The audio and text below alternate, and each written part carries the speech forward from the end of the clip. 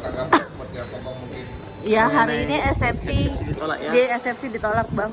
Jadi begitu saya dengar dibaca surat dakwaan itu sudah cukup bagus. Artinya dakwaannya itu sudah memenuhi syarat pasal 151 KUHP sama 143 KUHP. Artinya tidak perlu lagi eksepsi atau keberatan. Tetapi terdakwa atau penasihat hukum daripada Perdi Sambo maupun Ibu Putri tetap mengajukan keberatan. Tetapi keberatannya itu tidak menyangkut surat dakwaan, tetapi menyangkut pokok perkara. Maka begitu saya dengar surat keberatannya itu, saat itu juga saya katakan ini pasti ditolak. Karena yang di keberatan ini itu atau yang dieksepsi itu bukan surat dakwaan tetapi pokok perkara. Artinya kalau sudah menyangkut pokok perkara itu belum waktunya nanti di persidangan gitu lah. Oke. Pak Ferdi sama Pak PC juga ditolak nih.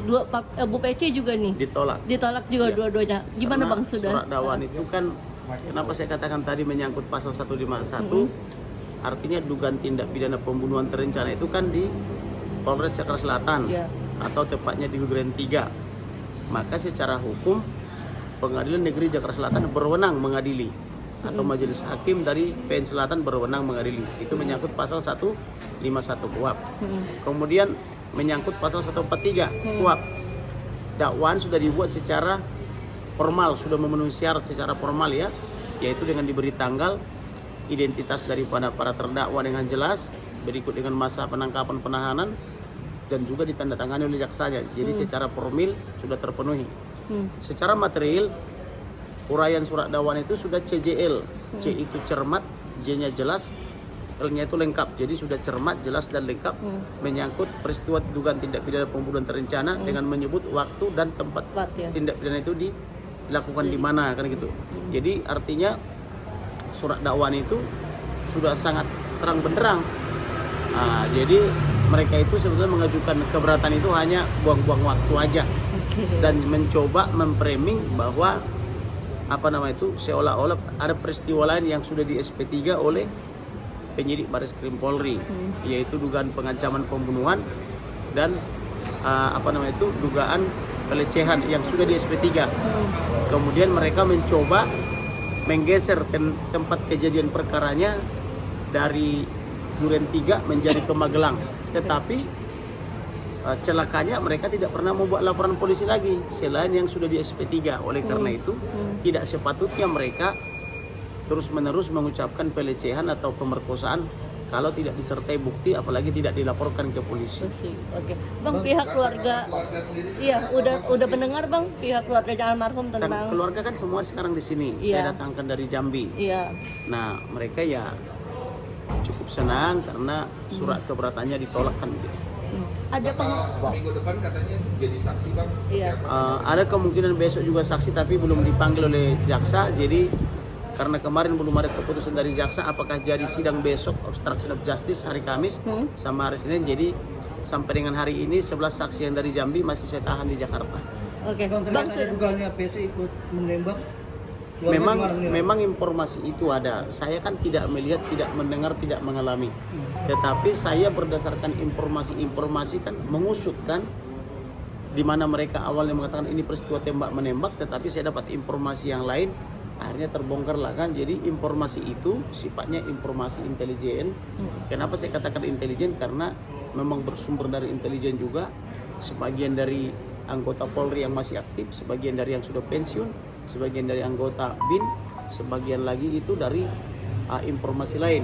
Tetapi kan mereka kan tidak mau disebutkan narasumbernya toh. Saya kan minta mereka untuk bersaksi tapi kan tidak mau. Tetapi informasi itu saya gunakan dan tepat terbukti penyidik Bareskrim Polri dari Dirtipidum mengatakan semua yang saya katakan itu sempurna benar kan begitu. Kemudian juga kemarin ketika saya bersaksi di Penjak Selatan, Baradae juga mengatakan semua yang saya katakan itu benar. Gitu loh. Jadi terkait dengan ada dugaan 3 selongsong peluru dan juga terkait adanya juga pistol, yaitu ada pistol Luger buatan Jerman, ada HS, ada satu lagi itu Glock 17 di mana HS itu dipakai untuk menembaki tembok, kemudian senjata Glock 17 untuk menembak almarhum. Demikian juga dengan senjata Luger buatan Jerman atau senjata antik itu. Oke, Bang sudah cukup tenang kan dengan eksepsi ditolak? Apa juga pihak abang masih ada rasa Artinya was-was? itu, kemenangan itu terus kita peroleh satu persatu. Oke. Jadi sampai dengan sekarang dengan eksepsi ditolak atau keberatan ditolak berarti akan masuk kepada materi perkara. Maka saya sebagai pelapor akan segera memberi keterangan sebagai kuasa hukum atau penasihat hukum sebagai pelapor. Apa yang saya lihat, saya dengar, saya alami tentu akan saya jelaskan. Soal hakim misalnya menilai itu berguna apa tidak, itu kan tergantung kewenangan hakim. Yang jelas segala informasi yang saya dapatkan semua akan saya berikan. Misalnya contoh dulu, saya terima informasi bahwa ini kaitannya dengan judi online. Awalnya kan dibilang itu hoax. Ternyata ketika saya minta terus PPATK sudah mengungkap ada 155 triliun judi online kan begitu, belum judi offline. Nah, kemudian saya juga mengatakan ada tata niaga narkoba kan begitu. Ternyata ada juga Irjen Pol atau Inspektur Jenderal Polisi baru 4 hari jadi Kapolda sudah ditangkap karena tata niaga narkoba kan begitu. Ya, artinya banyak hal yang terungkap.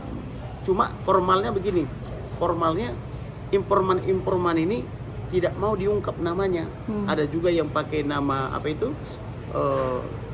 NN no name misalnya gitu ya.